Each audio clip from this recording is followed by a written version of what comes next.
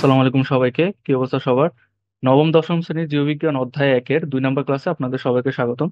তো গত ক্লাসে আমরা কি পড়ছিলাম? গত ক্লাসে হচ্ছে আমরা পাঞ্জায় যে রাজ্যটা ছিল সেই রাজ্য পর্যন্ত পড়ছিলাম। তো আজকে আমাদের যে দুইটা রাজ্য বাকি ছিল সেটা আমরা শেষ করব। যে 4 নম্বর রাজ্যটার নাম আছে সেটা হচ্ছে আমাদের প্লান্টি। তো এদের বৈশিষ্ট্যগুলো কি আমরা একটু দেখি, যে পয়েন্ট আকারে আমরা মনে রাখবো যে এরা প্রকৃত নিউক্লিয়াস যুক্ত সাল সংশ্লেষণকারী উদ্ভিদ। মানে কি, এদের নিউক্লিয়াসটা খুব সুন্দরভাবে সাজানো গোছানো, এবং হচ্ছে সাল সংশ্লেষণকারী মানে হচ্ছে নিজের খাবার নিজে তৈরি করতে পারে। তো এদের দেহে হচ্ছে উন্নত টিস্যু তন্ত্র বিদ্যমান, যে এদের দেহে যে টিস্যুগুলো আছে সেগুলো খুবই উন্নত টাইপের। এদের ভ্রূণ সৃষ্টি হয়। এখন ভ্রূণ জিনিসটা মানে কি, ভ্রূণ হচ্ছে কোনো একটা জীবের বা বহুকোষী জীবের প্রাথমিক যে পর্যায়টা আছে, অবস্থা যে আছে, একদম ছোট্ট চারা অবস্থা যেটা থাকে সেটা হচ্ছে তার ভ্রূণ অবস্থা। এবং তার ডিপ্লয়েড পর্যায়ে শুরু হয়। এখন ডিপ্লয়েড আর হ্যাপ্লয়েড জিনিসটা কি, সেটা হচ্ছে আমরা অধ্যায় 3 যখন পড়বো তখন আরো বিস্তারিত জানতে পারবো। তো প্রধানত স্থলজ এবং অসংখ্য জলজ প্রজাতি এদের মধ্যে আছে, যে এরা হচ্ছে মাটিতেও থাকে অথবা কি পানির মধ্যে অনেক রকমের গাছ কিন্তু হয়। তো এদের যৌন জনন যেটা হয় সেটা হচ্ছে অ্যানাইসোগামাস পদ্ধতিতে হয়। সেটা মানে হচ্ছে আকার, আকৃতি অথবা শারীরবৃত্তীয় পার্থক্য বিশিষ্ট ভিন্নধর্মী দুইটা গ্যামেটের মিলনের মাধ্যমে যৌন জনন সম্পন্ন হয়। এখন গ্যামেট কি জিনিস? গ্যামেট হচ্ছে যে আমাদের যে স্ত্রী কোষ এবং পুরুষ কোষ আছে সেখান থেকে দুই ধরনের জনন কোষ উৎপন্ন হয়।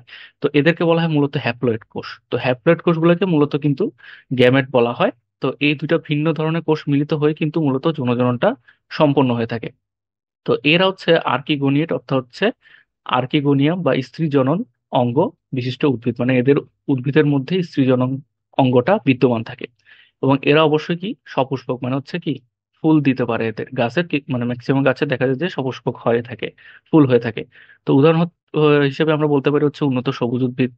আর প্লান্টি রাজ্যটাকে মূলত কয়েকটা ভাগে ভাগ করা হয়েছে। যেমন 1 নম্বর ভাগ হচ্ছে ব্রায়োফাইটা, যেটা হচ্ছে কি পানি সংবহন তন্ত্রবিহীন। মানে কি, এরা হচ্ছে পানিটাকে সংবহন মানে এক জায়গা থেকে আরেক জায়গায় নিয়ে যেতে পারে না, যেমন হচ্ছে মসবর্গীয় উদ্ভিদ।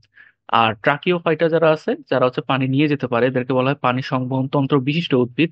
তাদের মধ্যে কারা কারা আছে? ফার্নবর্গীয় আছে, নগ্নবীজী আছে, আরেকটা হচ্ছে আবৃতবীজী উদ্ভিদ। ঠিক আছে, এটা হচ্ছে প্লান্টি।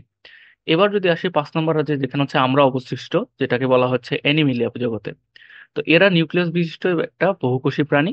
এদের কোষে কোনো জড় কোষ প্রাচীর, প্লাস্টিড এবং কোষ গহ্বর নাই। এটা কিন্তু একটা পয়েন্ট, ঠিক আছে? প্রথমটা কিন্তু আমরা একটা পয়েন্ট হিসেবে গণনা করতে পারি। তো প্লাস্টিড না থাকায় এরা হেটেরোট্রফিক, মানে কি এরা পরভোজী, মানে আরেকজনকে খেয়ে বাঁচে। এবং খাদ্য গলাধঃকরণ মানে কি গিলে খায়। তো দেহের জটিল টিস্যু তন্ত্র বিদ্যমান আমাদের শরীরে বা প্রাণীদের শরীরে, এই জগতে যারা যারা আছে। তো এরা প্রধানত যৌনজনের মাধ্যমে বংশবৃদ্ধি করে। পরিণত ডিপ্লয়েড পুরুষ এবং স্ত্রী প্রাণীর জননাঙ্গ থেকে হ্যাপ্লয়েড গ্যামেট উৎপন্ন হয়। হ্যাপ্লয়েড গ্যামেট কিছুই না, এটা হচ্ছে শুধুমাত্র জনন কোষটা। ঠিক আছে, যে স্ত্রী প্রাণী থেকে যে জনন কোষটা আসে সেই হ্যাপ্লয়েডটা, আর পুরুষ থেকে যেটা আসে সেই হ্যাপ্লয়েড কোষটা মিলেই মূলত কি হয়, ডিপ্লয়েড কোষটা তৈরি হয়। মানে যে বাচ্চাটা আসে সেই ডিপ্লয়েড কোষটা আসে, ভ্রূণ সৃষ্টি হয়। তো ভ্রূণ বিকাশকালীন সময়ে ভ্রূণীয় স্তর সৃষ্টি হয়। স্তর মানে কি বাইরে দিয়ে একটা আবরণ সৃষ্টি হয়। ঠিক আছে। তো উদাহরণ হিসেবে আমরা কি বলতে পারি, যে প্রোটোজোয়া ব্যতীত সকল অমেরুদণ্ডী এবং মেরুদণ্ডী প্রাণী অ্যানিমিলিয়া জগতের মধ্যে বিদ্যমান আছে। তো 2004 সালে অক্সফোর্ড বিশ্ববিদ্যালয়ের টমাস ক্যালভেরি স্মিথ জীবজগতের প্রতিষ্ঠাকে প্রোটোজোয়া এবং প্রোমিস্টা নামে দুইটা ভাগে ভাগ করছিল। এবং মনে রাখে ব্যাকটেরিয়া রাজ্য হিসেবে পুনর্নামকরণ করছে, তিনি নামটাকে একটু চেঞ্জ করছিল। তো এইভাবে তিনি জীবজগৎকে মোট 6টা রাজ্যে ভাগ করছিলেন। উনি এসে কি করছে, উনি এটাকে আপডেট করে 5টা থেকে 6টায় নিয়ে গেছে। এই বিষয়ে তোমরা উপরের শ্রেণীতে আরো বিস্তারিত জানবে। এখানে বিভিন্ন রাজ্যের প্রাণীগুলোর যে বৈশিষ্ট্যসমূহের কথা উল্লেখ করা হয়েছে, তোমরা বইটি পড়ার সময় পরবর্তী অধ্যায়ে সেগুলোর সাথে ধীরে ধীরে পরিচিত হবে। মূলত আপনাদের যে 5টা রাজ্যের কথা বলা হয়েছে, এই 5টা রাজ্যের বৈশিষ্ট্যগুলা মনে রাখলে আপাতত 19-এর জন্য চলবে। ঠিক আছে, এক্সট্রা জিনিস আপনারা ইন্টারে জানতে জানতে পারবেন। তো এই যে 5টা রাজ্য ছিল, এই 5টা রাজ্য থেকেই মূলত আপনাদের এই চ্যাপ্টার থেকে যদি প্রশ্ন আসে, সৃজনশীল প্রশ্ন আসবে। এছাড়া বাকি যে টপিকগুলো আছে সেগুলো থেকে ক খর জন্য মূলত আসতে পারে। তো এরপর যে টপিকটা আছে যেটা ক্ষয়ের জন্য খুব ইম্পর্টেন্ট, সেটা হচ্ছে শ্রেণীবিন্যাসের বিভিন্ন ধাপ। তো শ্রেণীবিন্যাসের প্রতিটা ধাপে তার আগের ধাপের বৈশিষ্ট্যগুলোর সাথে নতুন কিছু বৈশিষ্ট্য কি হয়, যোগ হয়। যত উপরের ধাপ তার অন্তর্ভুক্ত বৈশিষ্ট্যের সংখ্যা কি তত কম, এবং অন্তর্ভুক্ত জীবের সংখ্যাও কি তত বেশি। মানে যত উপরের ধাপে থাকবে, ধরেন রাজ্য যে ধাপটা আছে, এই ধাপে যতগুলো জীব থাকবে তার নিচের ধাপে কিন্তু তত কম থাকবে। একটা রাজ্যকে যখন আমি খুঁজে বের করতে যাব, ধরেন মানুষের হোক বা যে কোনো একটা প্রাণীর, আমরা উপর থেকে নিচে নিচে যে যে প্রাণীর সংখ্যা তত কি হতে থাকবে, কমতে কমতে একটা ফাইনালি একটা প্রাণীকে আমরা পাবো খুঁজে খুঁজে। ঠিক আছে। আবার যত নিচের ধাপ তার অন্তর্ভুক্ত বৈশিষ্ট্যের সংখ্যা কত তত কি থাকে, নিচের দিকে বৈশিষ্ট্যের সংখ্যা বেশি থাকে, প্রাণীর সংখ্যা কি থাকে, কম থাকে।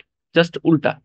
তো একটা জীবকে প্রজাতি পর্যায়ে বিন্যাসে মূলত আন্তর্জাতিক কোড 60টা ধাপ আছে। শ্রেণীবিন্যাসের কয়টা ধাপ আছে? 60টা ধাপ আছে। কি কি? এটা আপনারা একদম সিরিয়ালি মুখস্থ রাখতে হবে। এরকম না যে আপনারা রাজ্যের পরে শ্রেণী লিখলেন, শ্রেণীর পরে গোত্র লিখলেন, এরকম হলে কিন্তু এই জিনিসটা কাটা যাবে। তো আমাদেরকে সিরিয়াল মেনটেন করতে হবে। ঠিক আছে, 1 নম্বর ধাপ হচ্ছে রাজ্য, তারপর হচ্ছে পর্ব, শ্রেণী, বর্গ, গোত্র, গণ এবং প্রজাতি। এই 7টা ধাপ আমাদেরকে সিরিয়ালি শ্রেণীবিন্যাসের ধাপ হিসাবে মনে রাখতে হবে। তো উপরের ধাপ যেন বড় একটা সেট আর নিচের ধাপ হলো তার উপসেট, তাই না? যে রাজ্য হচ্ছে মেইন, তার আন্ডারে যারা আছে সবগুলো দেখা যাচ্ছে তার উপসেট হিসেবে আমরা চিন্তা করতে পারি। আপনারা যেটা ম্যাথে করছেন সেট, সেটা হচ্ছে কি, আমরা মিলাইয়া মিলাইয়া পড়তে পারি উপসেট হিসাবে। তো রাজ্যের উপসেট হলো পর্ব, যেমন হচ্ছে দেখেন আমরা যদি দেখি যে রাজ্যের উপসেটকে পর্ব, পর্বের উপসেট শ্রেণী, এরকম করে আমরা কিন্তু সেট আকারে এটাকে সাজাইতে পারি। ঠিক আছে, যে এরকম করে ওরা বলছে শ্রেণীর উপসেটও কি হয়, বর্গ হয়। তো শ্রেণীবিন্যাসের এই পদ্ধতিকে নেস্টেড হায়ারার্কি নামেও ডাকা হয়, এটা আরেকটা নাম। অনেক সময় পুনরাবৃত্তি এড়ানোর জন্য আগের ধাপে যেসব বৈশিষ্ট্য পরের ধাপেও থাকে সেগুলোকে উচ্চ রাখা হয়। মানে কি, সেম সেম বৈশিষ্ট্য যদি ধরেন বর্গতেও আছে গোত্রতেও আছে, তাহলে আমরা কি করি, গোত্রতে আগের বৈশিষ্ট্যগুলো উজ্জ্ব রাখি, মানে হিডেন রাখি, লুকায় রাখি, মানে সেখানে আছে কিন্তু সেটাকে আমরা প্রকাশ করি না। তো সেভাবে লিখলে মানুষের শ্রেণীবিন্যাস, মানুষের বৈজ্ঞানিক নাম কি, হোমোসেপিয়েন্স, এর শ্রেণীবিন্যাস কিভাবে হবে, যে মানুষ কোন রাজ্যের মধ্যে পড়ছে, অ্যানিমিলিয়া রাজ্যের মধ্যে পড়ছে। এখানে বৈশিষ্ট্য কি, সুকেন্দ্রিক কোষ থাকবে, বহুকোষী থাকবে, এরা পরভোজী, জটিল টিস্যুতন্ত্র আছে। এখন ধরেন এই বৈশিষ্ট্যগুলো নিচের ধাপেও হয়তো আছে, কিন্তু সেগুলোকে কি রাখা হয়েছে, উজ্জ্ব রাখা হয়েছে, হিডেন রাখা হয়েছে। শুধুমাত্র নতুন যে বৈশিষ্ট্য আসছে সেটা হচ্ছে আমরা নেক্সট ধাপে গুলো লিখি। তো মানুষ কোন পর্বে পড়ছে, কয়টা পর্বে পড়ছে, জীবনে কোন একটা পর্যায়ে নটোকট থাকে। নটোকট মানে কি, যে আমাদের পিছনে শরীরের একদম পিঠ বরাবর যে মেরুদণ্ডটা থাকে সেটাকে কিন্তু বৈজ্ঞানিক ভাষায় নটোকট বলা হয়। এবার শ্রেণী যদি দেখি, মানুষের শ্রেণী হচ্ছে ম্যামেলিয়া শ্রেণীতে পড়ছে, কারণ বাচ্চাকে বুকের দুধ খাওয়ায় এবং লোমার চুল আছে আমাদের। তারপর বর্গ যদি হিসাব করি, আমাদের প্রাইমেট বর্গের মধ্যে আমরা পড়ছি, কারণ আঁকড়ে ধরার উপযোগী আমাদের কি আছে, হাত আছে। আর আমাদের ঘ্রাণ অপেক্ষা দৃষ্টিশক্তি কি বেশি উন্নত, যে আমাদের ঘ্রাণ থেকে দৃষ্টিশক্তি যেটা আছে সেটা আমাদের বেশি কি, পাওয়ারফুল। তারপর গোত্র ক্ষেত্রে যদি চিন্তা করি, আমরা হচ্ছে নিডাই নামের গোত্রের মধ্যে পড়ছি, এটা হচ্ছে কি শিম্পাঞ্জি, গরিলা, তারপর ওরাং ওটাং প্রভৃতির সাথে আমাদের কি আছে, মিল আছে, কিছু কিছু প্রাণীর সাথে আমাদের মিল আছে। তারপর কোন গণের মধ্যে মানুষকে রাখা হয়েছে, হোমো নামের মধ্যে রাখা হয়েছে, গণের মধ্যে। কারণ দেহের অনুপাতে মস্তিষ্ক সবচেয়ে কি আমাদের বড়, অন্যান্য অঙ্গের চাইতে মস্তিষ্ক আমাদের যে অঙ্গটা আছে সেটা কিন্তু সবচেয়ে বড়, এবং খাড়াভাবে দুই পায়ে কিন্তু আমরা হাঁটতে পারি, এই জন্য আমাকে হোমোর মধ্যে রাখা হয়েছে। তারপর হচ্ছে প্রজাতির মধ্যে যদি চিন্তা করি, এই যে হোমোসেপিয়েন্স একসাথে যখন আমরা বলবো, কারণ চড়া এবং খাড়া কপাল আছে আমাদের, ফুলির হাড় হোমোগণের অন্যান্য প্রজাতির তুলনায় পাতলা, এবং বুদ্ধিদীপ্ত ভাবে আমরা কি একটু উন্নত। তো এই যে এইভাবে মূলত বৈশিষ্ট্যগুলো আস্তে আস্তে কি হয়েছে, চেঞ্জ হয়েছে, আরো স্পেসিফাই হয়েছে, যখন আমরা মানুষকে একটা এই শ্রেণী জগতে 7টা ধাপে ভাগ করছি। ঠিক আছে, তো এরপর যদি দেখি কি বলছে, যে কোন প্রজাতিকে শ্রেণীবিন্যাসের কোন ধাপে কেন অন্তর্ভুক্ত করা হলো তার কারণগুলো জীববিজ্ঞানের শিক্ষার্থী হিসেবে জেনে নিতে হয়। কারণ কোন একটা প্রজাতির শ্রেণীবিন্যাস লেখার সবচেয়ে প্রচলিত রীতি এটাই, যেখানে আলাদা করে কারণগুলো লেখা হয় না। এখন আপনি যদি মনে করেন যে যে এই হোমোগণের মধ্যেই কেন মানুষকে রাখা হলো, অন্যগুলোতে কেন রাখা হয় নাই, এগুলো হইতে হলে আপনাদের যারা বায়োলজির স্টুডেন্ট আছে, মানে পরবর্তীতে আপনারা যখন ভার্সিটি লেভেলে যাবেন তখন কিন্তু একটা ডিপার্টমেন্টই আছে, তো সেখানে কিন্তু আপনারা এগুলো নিয়ে পড়তে পারেন। ঠিক আছে, তো আপাতত আমাদের জাস্ট মানে কেন আসছে সেটা না জেনে শুধুমাত্র আমাদের মনে রাখতে হবে যে কোনটার পর্ব কি, শ্রেণী কি, বর্গ কি। ঠিক আছে, শুধুমাত্র মানুষেরটা মনে রাখলেই হবে। তো এরপর যে টপিকটা আছে এটা হচ্ছে গুরুত্বপূর্ণ টপিক, যেটা হচ্ছে দ্বিপদ নামকরণ পদ্ধতি। যে একটা জীবের বৈজ্ঞানিক নাম কিন্তু দুটো অংশ বা পদ নিয়ে গঠিত। প্রথম অংশটাকে বলা হয় তার গণের নাম, এবং দ্বিতীয় অংশটাকে বলা হয় তার প্রজাতির নাম। এই যে 7টা ধাপ দেখছি, এটার মধ্যে এই যে গণ আর প্রজাতি যেটা আছে, এই দুটাকে মূলত দ্বিপদ নামকরণে ইউজ করা হয়। ঠিক আছে, যেমন গোল আলুর বৈজ্ঞানিক নাম কি, সোলানাম টিউবারোসাম, এটা আপনাকে মুখস্থ রাখতে হবে। যতগুলো বৈজ্ঞানিক নাম এই চ্যাপ্টারে আছে সবগুলো কিন্তু মুখস্থ রাখতে হবে। তো এখানে সোলানাম হচ্ছে গণের নাম, আর টিউবারোসাম হচ্ছে প্রজাতির নাম বোঝায়। এরূপ দুইটা পদ নিয়ে গঠিত নামকে দ্বিপদ নাম বা নামকরণ পদ্ধতিটাকে দ্বিপদ নামকরণ পদ্ধতি বলা হয়। এটা হচ্ছে আপনাদের কাকে বলে। ঠিক আছে, তো দ্বিপদ নামকরণ পদ্ধতির লক্ষ্য একটাই, সেটা কি, তা হচ্ছে এই বিচিত্রময় জীবজগৎকে, প্রতিটা জীবকে আলাদা নামে সঠিকভাবে জানা, যে একটার সাথে আরেকটা যাতে মিল না হয়, একদম ডিফারেন্ট নামে আমরা যাতে সবাইকে জানতে পারি। তো আন্তর্জাতিকভাবে কিছু সুনির্দিষ্ট নিয়ম নীতি মেনে জীবের বৈজ্ঞানিক নাম নির্ধারণ করা হয়। যেমন উদ্ভিদের নামের জন্য একটা অর্গানাইজেশন আছে যেটাকে বলা হয় কি, আইসিবিএন, international code of botanical nomenclature কর্তৃক। আর প্রাণীর নাম হচ্ছে international code of zoological nomenclature কর্তৃক স্বীকৃত নিয়ম অনুসারে হতে হবে। যে এই অর্গানাইজেশনের আন্ডারে আপনার রুলস গুলো ফলো হইতে হবে। প্রকৃতপক্ষে এই কোড পুস্তাকারে লিখিত একটা দলিল। নামকরণ ল্যাটিন শব্দে হওয়ায় কোনো জীবের বৈজ্ঞানিক নাম সারা বিশ্বে একই নামে পরিচিত। আমরা কিন্তু ইংলিশ নামে কখনো বৈজ্ঞানিক নামকে লিখি না, ল্যাটিন ভাষায় লিখি। 1753 সালে সুইডিশ বিজ্ঞানী ক্যারোলাস লিনিয়াস স্পিসিস প্ল্যান্টারাম নামের একটা বই রচনা করছিল। এই বইটা উদ্ভিদ বিজ্ঞানের একটা গুরুত্বপূর্ণ অধ্যায়ের সূচনা করছিল, শুধুমাত্র উদ্ভিদদের নিয়ে উনি মূলত এই বইটা লিখছিল। কারণ এর প্রকাশনার মাধ্যমে তিনি দ্বিপদ নামকরণ পদ্ধতির প্রবর্তন করেন। তিনি ফার্স্ট এই বইয়ের মাধ্যমে সবাইকে জানাইছে যে দ্বিপদ নামকরণ পদ্ধতিটা আসলে কি। সেখানে তিনি গণ আর প্রজাতির সংজ্ঞা দিয়েছেন। তিনি প্রথম ওই গ্রন্থে জীবের বর্গ, তারপর হচ্ছে গণ প্রজাতি ধাপগুলো ব্যবহার করেন। লিনিয়াসের এই দ্বিপদ নামকরণ পদ্ধতি নিঃসন্দেহে একটা চমৎকার উদ্ভাবন। এই পদ্ধতি অনুযায়ী প্রতিটা জীবের নামকরণ কি ল্যাটিন ভাষায় কিংবা ল্যাটিন ভাষার মতো করে উপস্থাপন করতে হবে। তো আমাদের ফার্স্ট রুল কি? ফার্স্ট রুল হচ্ছে আমাদের ল্যাটিন ভাষায় লিখতে হবে বৈজ্ঞানিক নামগুলোকে। যেমন তরুণ প্রাণীবিজ্ঞানী সাজিদ আলী হাওলাদার সম্প্রতি নতুন প্রজাতির এক ব্যাঙ আবিষ্কার করছে, যা কেবল ঢাকায় পাওয়া যায়। ব্যাঙটির বৈজ্ঞানিক নাম উনি দিছিল কি? জাকেরানা, ঢাকা। ঠিক আছে। তো ঢাকা বিশ্ববিদ্যালয়ের প্রাণীবিদ্যা বিভাগের প্রতিষ্ঠাতা কাজী জাকের হোসেনের প্রতি সম্মান দেখিয়ে এই গণের নাম রাখেছিল কি? জাকেরা। ঠিক আছে। তারপর 2 নম্বর রুল যদি আমি দেখি যে বৈজ্ঞানিক নামের কটা অংশ থাকতে হবে, অবশ্যই 2টা অংশ থাকতে হবে। আমরা আগেও দেখছি, প্রথম অংশটা হচ্ছে গণের নাম, দ্বিতীয় অংশটা হচ্ছে তার প্রজাতির নাম। যেমন হচ্ছে ল্যাবিও রোহিতা, এটা হচ্ছে রুই মাছের বৈজ্ঞানিক নাম। এখানে ল্যাবিও হচ্ছে গণ, রোহিতা হচ্ছে প্রজাতির নাম। যতগুলো বৈজ্ঞানিক নাম পাবেন সবগুলো কিন্তু মুখস্থ রাখতে হবে। 3 নম্বর যদি আমরা দেখি, জীবজগতের প্রতিটা বৈজ্ঞানিক নামকে অনন্য হইতে হবে, মানে কি ইউনিক হইতে হবে। একটার সাথে আরেকটা মিল হওয়া যাবে না, সেম সেম হওয়া যাবে না। কারণ একই নাম দুইটা পৃথক পৃথক জীবের জন্য ব্যবহারের অনুমতি নেই, যে আমরা সেম নাম দুজনের জন্য ইউজ করতে পারবো না। 4 নম্বর রুলস যদি দেখি যে বৈজ্ঞানিক নামের প্রথম অংশের প্রথম অক্ষর বড় হাতে হতে হবে, আর বাকি অক্ষরগুলো ছোট হাতের হতে হবে। যেমন দ্বিতীয় অংশটির নাম ছোট হাতের অক্ষর দিয়ে লিখতে হবে। যেমন পেঁয়াজের যদি দেখি যে অ্যালিয়াম কিপা, এটা হচ্ছে দেখেন প্রথম অক্ষরটা বড় হাতে, বাকিগুলো সব ছোট হাতে।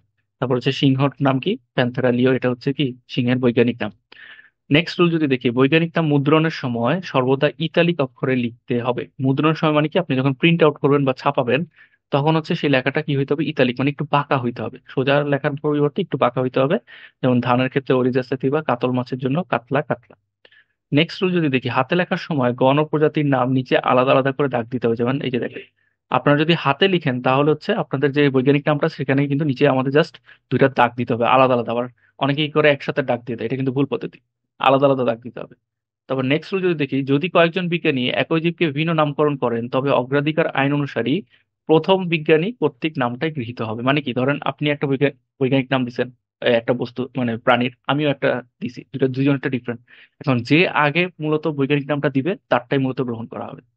তো নেক্সট রুল যদি আসি, যিনি প্রথম কোনো জীবের বিজ্ঞানসম্মত নাম দিবেন, তার নাম প্রকাশের সাল সহ উক্ত জীবের বৈজ্ঞানিক নামের শেষে সংক্ষেপে সংযোজন মানে অ্যাড করে দিতে হবে। যেমন এই যে হোমোসেপিয়েন্স বৈজ্ঞানিক নাম, তারপরে এল দ্বারা কি বোঝাচ্ছে? লিনিয়াস বিজ্ঞানীর নাম। আর কত সালে উনি দিছে? এটা 1758 সালে। ঠিক আছে, এইভাবে। তারপরে অরিজাস এতিবা, এটাও লিনিয়াস দিছিল। ওনার নামের শর্টকাট এখানে এল দেওয়া হয়েছে, আর 1753। তো এখানে এল হচ্ছে লিনিয়াসের নামের সংক্ষিপ্ত রূপ। তবে দৈনন্দিন গবেষণা ও পাঠে এইটুকু অনেক সময় লেখা হয় না। আমরা মূলত রেগুলার লাইফে যেমন দেখেন এগুলোতে কিন্তু লেখে নাই। তো এখানে জাস্ট রুলস গুলো এখানে বলা হয়েছে, দ্বিপদ নামকরণের রুলস গুলো যদি লিখতে বলে আপনাদের কিন্তু এটা বড় প্রশ্ন যদি হিসাবে যদি আসে, এই রুলস গুলো লিখতে হবে। ঠিক আছে। আর মূলত হচ্ছে বড় প্রশ্ন ওই যে আমরা যে 5টা কিংডম পড়ছি ওখান থেকে মূলত আসার সম্ভাবনা সবচেয়ে বেশি। তো এরপর হচ্ছে আমাদের এই যে কয়েকটা জীবে দ্বিপদ নামকরণ দেওয়া আছে, এই যে এখানে যতগুলো দেখতেছেন এগুলো সবগুলোই আপনাদের মুখস্থ করতে হবে। এখন প্রথমে দেখার পর একটু ভয় লাগতে পারে যে হ্যাঁ, এতগুলো আমি কিভাবে মুখস্থ করবো। এতগুলো মুখস্থ করার কিছু নেই, আপনারা ডেইলি হচ্ছে 3টা করে মুখস্থ করেন, তাইলে কিন্তু হয়ে যায়। যে আপনারা অন্য চ্যাপ্টারই পড়েন সমস্যা নেই, প্রতিদিন জাস্ট আমার কাজ কি আমি 3টা করে মুখস্থ করবো। যে ধানের অরিজাসেতি বা অরিজাসেতি কয়েকবার পড়লে কিন্তু হয়ে যায়, অথবা সাথে সাথে লিখে ফেলবেন। লিখলে কিন্তু আমাদের কিন্তু জিনিসগুলো মনে থাকে বেশি। তো 3টা করে মুখস্থ করে আপনারা লিখে ফেলবেন, তাহলে কিন্তু এখান থেকে কোশ্চেন আসলে আপনারা কিন্তু পারবেন। যেমন কত আমি কিন্তু মাঝে মাঝে দিয়ে দেয়, ধরেন আপনাকে কত বলে দিল এসএসসি পরীক্ষায় যে মৌমাছির বৈজ্ঞানিক নামটি লিখো। তা আপনি না ধরেন খ গ ঘ পারলেন, ক নাম্বারটা পারতেছেন না 1 মার্ক। কিন্তু এইটা যদি আপনি মুখস্থ করেন তাহলে কিন্তু ইজিলি এটা অ্যান্সার করা সম্ভব। এবং এমসিকিউর জন্য কিন্তু এগুলো ইম্পর্টেন্ট, এমসিকিউ কিন্তু আসে, অনেকবারই আসে। তো এই চ্যাপ্টার কিন্তু আমাদের এখানেই শেষ। এই চ্যাপ্টার নিয়ে যদি কোনো সমস্যা থেকে থাকে, আপনাদের কোনো কোশ্চেন থেকে থাকে, কমেন্ট বক্সে আমাকে কোশ্চেন আস্ক করতে পারেন, অথবা হোয়াটসঅ্যাপ কিন্তু আপনাদের গ্রুপ আছে, ক্লাস 9-এর জন্য আলাদা, ক্লাস 10-এর জন্য আলাদা। আমি ভিডিও ডিসক্রিপশন বক্সে দিয়ে দিয়েছি, সেখানে কিন্তু আপনারা চেক করে গ্রুপে জয়েন হতে পারেন, এবং সেখানে আমাকে ডিরেক্টলি কোশ্চেন আস্ক করতে পারেন। যে কোনো সমস্যা হোক, আমি কিন্তু সবসময় কমেন্ট বক্সে রিপ্লাই দিয়ে থাকি, অথবা হচ্ছে গ্রুপেও কিন্তু আমি সেটার অ্যান্সারটা দেওয়ার চেষ্টা করি। তো সবাই ভালো থাকবেন।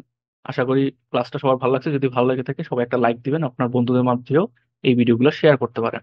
তো সবাই ভালো থাকবেন। আসসালামু আলাইকুম। আল্লাহ হাফেজ।